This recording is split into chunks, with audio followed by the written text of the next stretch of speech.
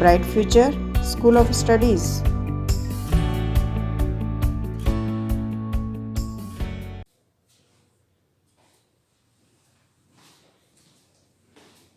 Hello student, आज हम हमारा जो चैप्टर है साइंस का उसको स्टार्ट करने वाले हैं, जिसका नाम क्या है ग्रेविटेशन फोर्स। ठीक है, ग्रेविटेशन के बारे में हम लोग पढ़ेंगे। ग्रेविटेशन आप लोग लोअर क्लासेस में पढ़ते आए कि ग्रेविटेशन इट मीन्स व्हाट।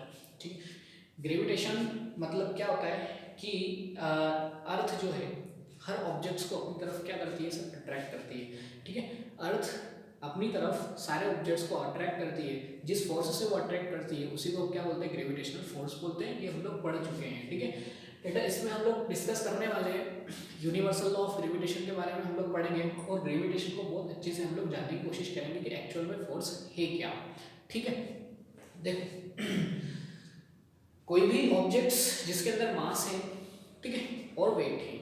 मास और वेट ये दोनों ही क्या चीजें, दोनों ये जो चीजें हैं ना, ये दोनों ही क्या है, अलग अलग है, डिफरेंट डिफरेंट है। मास और वेट दोनों फिजिकल क्वांटिटीज हैं, जो कि दोनों अलग अपने अपने अपने अपने आप में डिफरेंट है। ठीक है, आप लोगों को थोड़ा सा बता देता हूँ कि जो मास होता है ना सर, वो मास किसी भी ऑब्जेक्ट के अंदर जितना मैटर का अमाउंट होता है, matter it means what, solid liquid और गैसेस हम लोग पढ़ चुके हैं, जो मैटर होता है। ठीक है, वो वाले मैटर की बात कर रहा हूँ। तो यहाँ ध्यान रखना कि जो मास है ना, जो हमारा मास है और एक होता है हमारे पास वेट। ठीक है, तो ये मास और वेट जो है ये दोनों एक दूसरे से डिफरेंट है। ठीक है, आप लोगों ने अभी तक पढ़ते आए हो कि मास मीन्स भी वजन होता है सर, वेट मीन्स भी वजन होता है, बट नो। ठीक है, मास मीन्स क्या होता है, मास मीन्स किसी भी ऑब्जेक्ट की अगर मैं मास की बात करता हूँ, इसका मतलब उस ऑब्जेक्ट के अंदर कितना अमाउंट मैटर का है। जितना ज्यादा अमाउंट उस मैटर के अंदर उसका रहे, जितना अमाउंट मैटर के अंदर, जैसे चौक है, इसके अंदर मैं जितने ज्यादा जो एटम मॉलिक्यूल्स हैं वो सारे के सारे इसमें ऐड करूंगा, इसका मास क्या होता जाएगा सर, इंक्रीज होता जाएगा। यानी कि मास किसके ऊपर डिपेंड कर रहा है, मास हमारा किसके ऊपर डिपेंड कर रहा है, अमाउंट ऑफ मैटर के ऊपर डिपेंड कर रहा है। किसके ऊपर डिपेंड कर रहा है, अमाउंट ऑफ मैटर के ऊपर डिपेंड कर रहा है। ठीक है, बट यहाँ पर अगर मैं वेट की बात करता हूँ कि सर वेट क्या होता है एक्चुअल में, तो ये होता है फोर्स ऑफ अट्रैक्शन। क्या होता है ये, फोर्स ऑफ अट्रैक्शन। तो कोई भी ऑब्जेक्ट जो अर्थ से जितने फोर्स से अट्रैक्ट होता है उसी को अपन बोलते हैं वेट। ठीक है, यानी कि वेट किसके ऊपर डिपेंड करेगा, ये डिपेंड करेगा ग्रेविटेशनल फोर्स के ऊपर। किसके ऊपर, ग्रेविटेशनल फोर्स।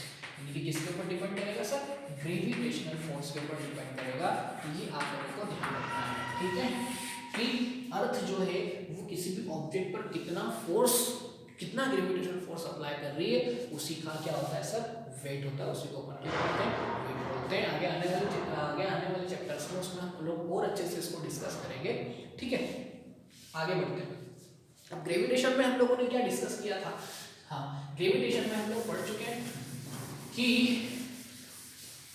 जो भी प्लैनेट्स हैं हमारे सौर मंडल में या फिर हमारे सोलर सिस्टम में, आप लोग देखते हो सोलर सिस्टम, आप लोग जियोग्राफी में हम लोग सोशल साइंस में पढ़ चुके हैं कि जो सोलर सिस्टम होता है उसमें क्या होते हैं कि जितने भी प्लैनेट्स होते हैं, जितने भी प्लैनेट्स होते हैं, जितने भी बॉडीज वहाँ पर हैं, उनके बीच में एक फोर्स ऑफ अट्रैक्शन वर्क करता है। जैसे अगर मैं सन की बात करता हूँ तो सन जो है, सन हमारा सेंटर पॉइंट होता है। ठीक है, और इस सन के आसपास क्या होते हैं, सारे के सारे जो प्लैनेट्स हैं वो राउंड राउंड, ठीक है, ये सर्कल जो है वो इक्लिप्स शेप का होता है, ओवल शेप का होता है। ठीक है, ये पूरा गोल नहीं होता है, ये बात ध्यान रखना। ये हमारे जो प्लैनेट्स के घूमने का क्या होता है सर, ये हमारा पाथ होता है, जिसको अपन क्या बोलते हैं, ऑर्बिट बोलते हैं। ठीक है, तो ये सन के क्या करते हैं sir, around around around around घूमते रहते हैं। ठीक है, तो ये ऐसा क्यों करते होंगे। और जो मून है जो अर्थ के आसपास घूमता रहता है, तो ऐसी कौन सी चीज होगी जो इन प्लैनेट्स को एक दूसरे को अट्रैक्ट किए हुए, एक दूसरे से अट्रैक्ट किए हुए, तभी तो ये एक दूसरे की शेल छोड़ के, मतलब अपनी अपनी शेल छोड़ के अपने ऑर्बिट को छोड़ करके नहीं जा पा रहे हैं। इसका मतलब ये जो फोर्स है जो सोलर सिस्टम में वहां लग रहा है, उसी फोर्स को अपन क्या बोलते हैं, ग्रेविटेशनल फोर्स। इसी ग्रेविटेशनल फोर्स की वजह से सन के आसपास जितने भी प्लैनेट्स हैं वो सारे प्लैनेट्स क्या कर रहे हैं, रोटेट हो रहे हैं, घूम रहे हैं, रिवॉल्व हो रहे हैं। Got it all the student. As it is अगर मैं बात करता हूँ अर्थ के आसपास की, तो अर्थ के आसपास, अर्थ के अराउंड कौन चक्कर लगाता है, आप लोगों को पता है, मून लगाता है। इट मीन्स जो अर्थ है और जो मून है वो भी क्या कर रहे हैं, एक दूसरे के आसपास राउंड राउंड घूम रहे हैं।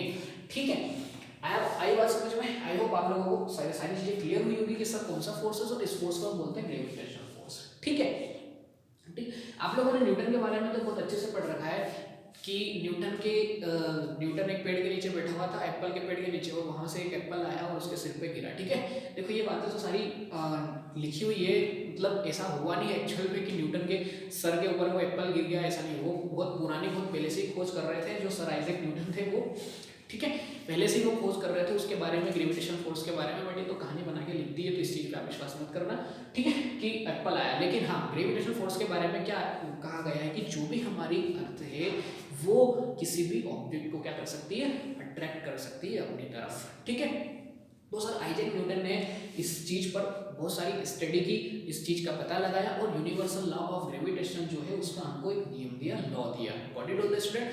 ठीक है, तो उन्होंने क्या बोला कि जो भी ऑब्जेक्ट्स हैं वो सारे के सारे ऑब्जेक्ट्स क्या होते हैं, अर्थ क्या करती है, उनको अट्रैक्ट करती है। और उस फोर्स का नाम क्या दिया उन्होंने, उस फोर्स का नाम दिया ग्रेविटेशनल फोर्स। ठीक है, ग्रेविटेशनल फोर्स उस फोर्स का नाम दिया। ठीक है, तो देखो क्या अर्थ जो है वो एप्पल को, यानी कि अगर मैं यहाँ पर मान लूँ ये अर्थ है हमारी, ठीक है, ये क्या है हमारे पास, अर्थ है। तो अगर ये अर्थ है, ये अर्थ है, ठीक है। अब ये जो अर्थ है, इस अर्थ पर कोई भी अगर जैसे यहाँ से कोई भी अगर मैं कोई यहाँ से चीज को, अगर मैं कोई थिंग को यहाँ से अगर गिराऊंगा तो अर्थ की तरफ अट्रैक्ट होगी। क्या अर्थ भी इस की तरफ अट्रैक्ट होगी? क्या अर्थ भी इस फोर्स की तरफ अट्रैक्ट होगी, यानी कि इस एप्पल की तरफ अट्रैक्ट होगी? हम लोगों ने इसके पहले जो चैप्टर्स थे उसमें हम लोगों ने डिस्कस किया था कि first law of motion, second law of motion and third law of motion हम लोगों ने पढ़ा था। थर्ड लॉ ऑफ मोशन क्या बोलता है कि जो भी ऑब्जेक्ट अगर किसी ऑब्जेक्ट के ऊपर रखा हुआ है, इसका मतलब अगर मैंने मेरे हैंड्स पर चौक को अगर रखा है तो मेरे जो चौक है वो इस मेरे हैंड्स पर एक फोर्स अप्लाई कर रही है। ठीक है, उसी की अपोजिट डायरेक्शन में जो मेरा हैंड है वो भी चौक के ऊपर फोर्स अप्लाई कर रहा है। इसका मतलब जो एवरी एक्शंस, रिएक्शंस, यानी कि हर क्रिया की विपरीत एक प्रतिक्रिया होती है, यानी कि we can say that. Got it all the student? ठीक है, तो यहाँ पर थर्ड लॉ ऑफ मोशन के अकॉर्डिंग तो ऐसा होना चाहिए कि अगर ये अर्थ जो है वो इसको अट्रैक्ट कर रही है, इसका मतलब जो एप्पल है वो भी अर्थ को अट्रैक्ट करना चाहिए। ठीक है, तो यहाँ पर आप लोगों को पता होगा कि जो भी एक्सेलरेशन होता है, हम लोगों ने सेकंड लॉ ऑफ मोशन में हम लोगों ने पढ़ा था कि जो हमारा एक्सेलरेशन है, एक्सेलरेशन वो डायरेक्टली किसके इन्वर्स होता है sir? Mass of the object के इन्वर्सली होता है। डायरेक्टली किसके इन्वर्सली होता है? मास ऑफ द ऑब्जेक्ट के इन्वर्सली होता है। ठीक है, तो अगर इसका मतलब क्या हुआ कि मास ऑफ द ऑब्जेक्ट के डायरेक्टली इन्वर्सली का मतलब क्या हुआ कि जो एक्सेलरेशन है अगर वो हम इंक्रीज करेंगे, यानी कि बढ़ाएंगे, तो मास कम रहेगा। यानी कि किसी ऑब्जेक्ट का अगर मास कम है, मास अगर कम है तो उसका एक्सेलरेशन ज्यादा होगा, और एक्सेलरेशन अगर बहुत ज्यादा है तो उसका मास कम होगा। ठीक है, ये एक दूसरे के क्या होंगे? इनवर्सली प्रोपोर्शनल होंगे। Got it all the student? तो यहाँ पर आप लोगों को ध्यान रखना है कि एक और फोर्स, जैसे कि अगर मैं मेरे हैंड्स में एक स्टोन लेता हूँ, छोटा सा पत्थर लेता हूँ और उसको एक थ्रेड से, उसको एक धागे से मैं बांध देता हूँ। ठीक है, एक लंबा वाला मैंने एक थ्रेड लिया, उसको मैंने एक धागे से क्या कर लिया सर? बांध लिया। तो जैसे मैं उस थ्रेड को अगर मैं धागे से बांध लेता हूँ और उसको इसे रोटेट करता हूँ आसपास में क्या कर रहा हूँ? रोटेट कर रहा हूँ। तो मैं रोटेट कर रहा हूँ तो आप लोग देख रहे हो कि जो स्टोन रोटेट होगा ना मेरे आसपास, इस सेंटर के आसपास जो रोटेट होगा, तो उसका जो फोर्स है वो सारा अंदर की साइड लगेगा। फोर्स वो मतलब चाहता है कि वो अंदर की साइड आ जाए, लेकिन ये जो थ्रेड है वो उसको अंदर की साइड आने नहीं देगा। और जो एक्सेलरेशन है वो एक्सेलरेशन बहुत ज्यादा है, यानी कि मास उसका क्या है हमारा? बहुत ज्यादा। वो मास हमारा क्या कम है, और मास कम होने की वजह से उसमें एक्सेलरेशन जो होगा ना वो क्या होगा? बहुत ज्यादा होगा इसके according. Got it all the student? तो ठीक है, तो यहाँ पर यही चीज थी कि जब भी हमारा मास कम होगा इसका मतलब एक्सेलरेशन ज्यादा होगा, और जब मास कम होगा, एक्सेलरेशन ज्यादा होगा, तो ऐसे में क्या होगा कि जो भी सेंटर है, सेंटर की तरफ एक फोर्स अप्लाई होगा, और उस फोर्स को क्या बोलेंगे? एक सेंटर की तरफ उस फोर्स अप्लाई होगा, यानी कि जितने भी प्लैनेट्स हैं एक फोर्स से बंधे हुए हैं सेंटर की तरफ, और उस फोर्स का नाम है सेंट्रीपिटल फोर्स। क्या नाम है उसका? Centripetal force.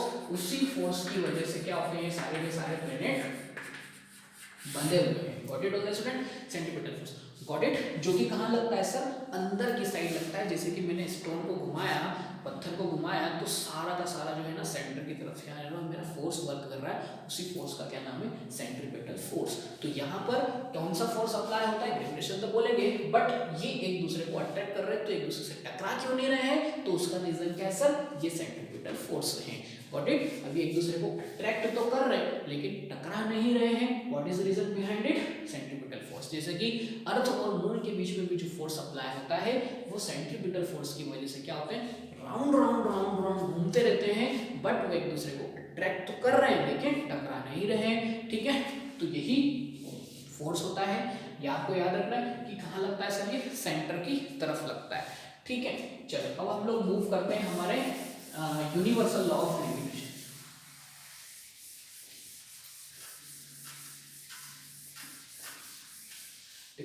Universal law of gravitation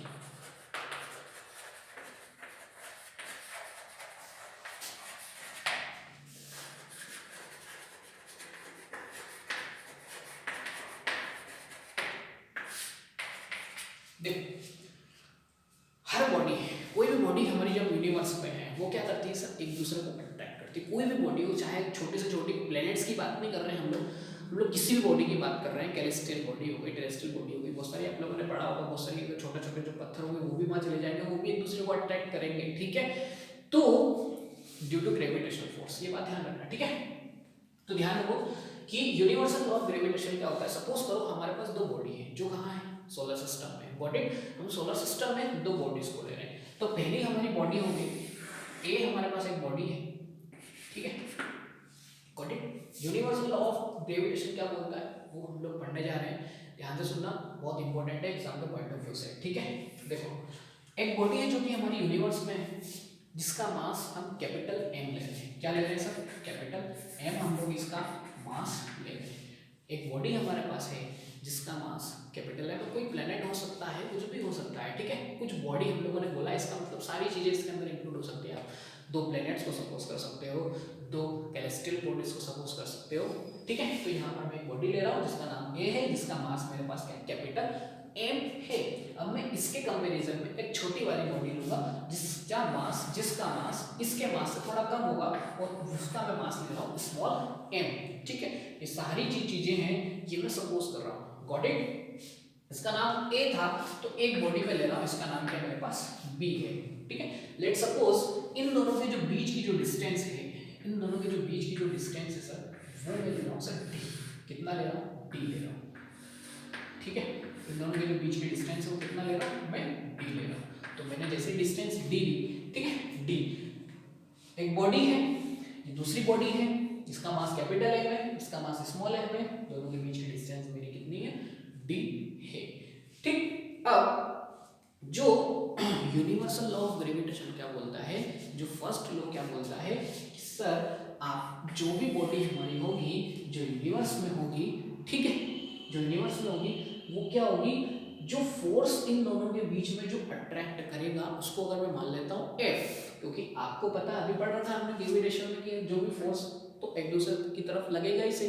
ठीक है, तो इन दोनों के बीच में जो फोर्स अप्लाई हो रहा है वो क्या ले रहा हूं मैं, F ले रहा हूं। तो जो वो फोर्स F होगा, जो फोर्स हमारा F होगा, जो फोर्स F होगा वो इन दोनों के मास के प्रोडक्ट के प्रोपोर्शनल होगा। किसके इक्वल होगा, किसके प्रोपोर्शनल होगा, force is applied between these two bodies is directly proportional to the product of the mass of these two bodies. Got it? तो ये फोर्स इसके क्या होगा, दोनों के प्रोडक्ट के इक्वल, सॉरी प्रोपोर्शनल होगा। गॉट इट, यहां की बात समझ में चल।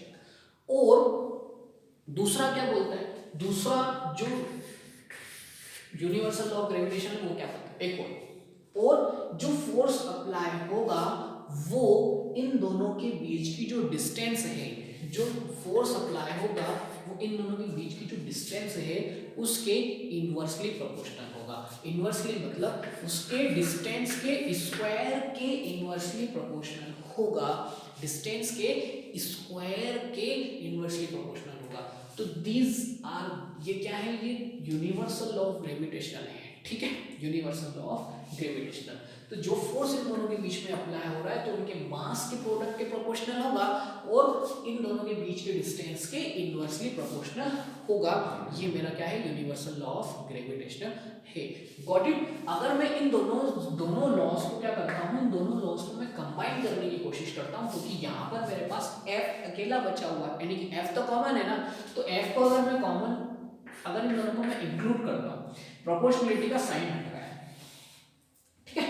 तो प्रोपोर्शनलिटी का साइन, तो मैं इसको क्या लिख सकता हूँ सर, इसको मैं लिख सकता हूँ mm divided by D square. क्या लिख सकता हूँ मैं, mm divided by D square, ठीक है। हम लोग बचपन से पढ़ते आ रहे हैं कि सर जब भी हम प्रोपोर्शनलिटी का साइन हटाते हैं तो हम लोगों को एक कांस्टेंट लगाना पड़ता है, तो यहाँ पर हम एक कांस्टेंट लगाएंगे, ठीक है। जैसे ही मैं प्रोपोर्शनलिटी का साइन हटाऊंगा, आएगा साइन का आएगा, इक्वल का साइन आएगा और एक कांस्टेंट लगेगा जिसका नाम क्या होगा हमारे पास, जी। क्या नाम होगा, capital G, got it, constant of proportionality of gravitation, got it. इसको क्या बोलते हैं, कांस्टेंट ऑफ प्रोपोर्शनलिटी, ठीक है। तो ये जी मैंने लगाया, ठीक है, और बाकी सारी चीजें एज इट इज होगी, एम एम डी स्क्वायर। तो जो भी इन्हीं दो बॉडी के बीच में जो फोर्स अप्लाई होगा ना, वो फोर्स किसके इक्वल होगा, इन दो, ये फॉर्मूला हम लोगों को लगाना है। ये फॉर्मूला आप लोगों को ध्यान रखना है, जो किससे आया है, ये यूनिवर्सल लॉ ऑफ ग्रेविटेशन से आया है, ठीक है। कब आया है, जब भी दो बॉडीज जो है यूनिवर्स में एक दूसरे के बीच में कितना फोर्स अप्लाई होगा, वो ये फॉर्मूला हम लोग लगाएंगे तो हमारे पास उसकी वैल्यू फाइंड आउट हो जाएगी। तो so you need to learn this formula and by the using of universal of gravitation, आपको ये पूरा नियम क्या करना है, इस लॉ को अच्छे से याद करना है, ठीक है। अब यहाँ पर एक चीज आई आपके पास, जी। जी इट मींस मैंने बताया constant of proportionality of gravitation, यानी कि ये ग्रेविटेशन का कांस्टेंट है, कांस्टेंट ऑफ प्रोपोर्शनलिटी है। अगर मैं यहाँ से आप लोगों को इस जी की वैल्यू निकालने की बोलता हूँ, ठीक है, आप लोगों को फोर्स की वैल्यू, फोर्स की एसआई यूनिट तो पता ही है कि न्यूटन होती है, ठीक है। तो आप लोग अगर जी की वैल्यू निकालोगे तो क्या करोगे, इस डी को इधर लेकर के आओगे, डी को कहाँ लेकर के आओगे, डी स्क्वायर यहाँ पर लेके आओगे, डिवाइडेड में क्या हो जाएगा हमारे पास, ये ऐसा हो जाएगा, और ये काय की वैल्यू आएगी हमारे पास, कांस्टेंट ऑफ प्रोपोर्शनलिटी की। तो एक बहुत इंपॉर्टेंट चीज है कि हमसे अक्सर एग्जाम में पूछा जाता है कि कांस्टेंट ऑफ प्रोपोर्शनलिटी की ऐसा यूनिट क्या होती है। तो सबसे पहले हम लोग क्या करेंगे, उसका जो फॉर्मूला है वो बनाने की कोशिश करेंगे, और फिर हम लोग इसकी ऐसा यूनिट फाइंड आउट करेंगे। अब ऐसा यूनिट इसकी क्या हो जाएगी सर, इसकी ऐसा यूनिट आप लोगों को बहुत अच्छे से पता है, हम लोग कैसे निकाल सकते हैं इसके ऐसा यूनिट। आप लोगों को पता है कि जो एफ होता है, वो तो हमारा क्या होता है सर, एफ होता है, वो न्यूटन होता है, ठीक है। डिस्टेंस है तो डिस्टेंस की यूनिट तो मीटर होती है, न्यूटन, और डिस्टेंस की यूनिट क्या होती है हमारी, मीटर होती है। और डिस्टेंस यहाँ पर दो बार है, यानी कि मीटर भी हमारा कितना होगा, तो 2 टाइम्स होगा, यानी कि मीटर स्क्वायर होगा, तो न्यूटन मीटर स्क्वायर, ठीक है, डिवाइडेड बाय ये भी हमारा मास है और ये भी हमारा मास है, और मास की यूनिट क्या होती है, किलोग्राम होती है। इसका मतलब मैं नीचे क्या राइट कर सकता हूँ, किलोग्राम का स्क्वायर राइट कर सकता हूँ, ठीक है। तो ये जो मैंने यूनिट निकाली है ना, ये एसआई यूनिट होती है, किसकी, ये एसआई यूनिट होती है इस कांस्टेंट ऑफ प्रोपोर्शनलिटी की। ये किसकी यूनिट होती है, जी की एसआई यूनिट। कैपिटल जी की आगे आने वाले में एक स्मॉल जी भी आएगा, जो एक्सेलरेशन होता है, ग्रेविटेशनल एक्सेलरेशन होता है, ये कांस्टेंट ऑफ प्रोपोर्शनलिटी है ग्रेविटेशन का, ठीक है। जिसकी एसआई यूनिट कितनी होती है, newton metre square divided by kilogram square. इसको मैं ऐसे भी राइट कर सकता हूँ, कैसे, न्यूटन मीटर स्क्वायर किलोग्राम की पावर माइनस, ठीक है। This is the SI unit of this constant of gravitation, got it on the student, ठीक है। अब देखो इसकी अप्रोक्सीमेट वैल्यू की अगर मैं बात करता हूँ इस जी की, हम लोग कांस्टेंट है तो आप लोगों को पता है कि कांस्टेंट में क्या लेते हैं हम लोग, 6.67 into 10 to the power minus 11, 6.67 into 10 to the power minus 11 इसकी क्या होती है सर, वैल्यू होती है। आपको ये ध्यान रखना है, कितनी वैल्यू होती है, 6.67 into 10 to the power minus 11 इसकी वैल्यू होती है, किसकी, कांस्टेंट ऑफ प्रोपोर्शनलिटी की। जब भी हम आगे आने वाले चैप्टर में इसको भी न्यूमेरिकल सॉल्व करेंगे तो वहां पर ये चीजें काम आने वाली हैं, इसलिए आप लोगों को ध्यान रखना है, ठीक है। तो हम लोगों ने यहाँ पर यूनिवर्सल लॉ ऑफ ग्रेविटेशन के बारे में पढ़ा है ना। आगे आने वाले सब वीडियोस में हम लोग क्या करेंगे, इसके न्यूमेरिकल्स भी सॉल्व करेंगे और देखेंगे कि क्या ग्रेविटेशनल फोर्स हर एक प्लेनेट पे बराबर यानी कि इक्वल अमाउंट में रखता है ना। क्योंकि अर्थ ऑब्जेक्ट बड़ा है, ठीक है, जैसे जैसे मास कम होता जाएगा, अगर प्लेनेट जो है वो छोटा है, ठीक है, प्लेनेट जैसे जैसे यानी कि उसका क्या होता जा रहा है, मास कम होता जा रहा है, तो मास कम होगा तो उसकी ग्रेविटेशन यानी कि किसी भी ऑब्जेक्ट को खींचने की जो पावर है, उसको अट्रैक्ट करने की जो पावर है, वो भी हमारी क्या होती जाएगी, कम होती जाएगी। Got it on the student. तो हम लोग आगे आने वाले वीडियो में देखेंगे कि जो फोर्स है वो क्या सारे जो फोर्स ऑफ अट्रैक्शन है जिसको हम ग्रेविटेशन फोर्स बोल रहे हैं वो क्या सारे प्लेनेट पर हमारा बराबर लगेगा, देखेंगे हम लोग आगे बढ़ने वाले वीडियो में, ठीक है। तब तक के लिए आप लोग क्या करो, सारे इसका अच्छे से रिवीजन करो,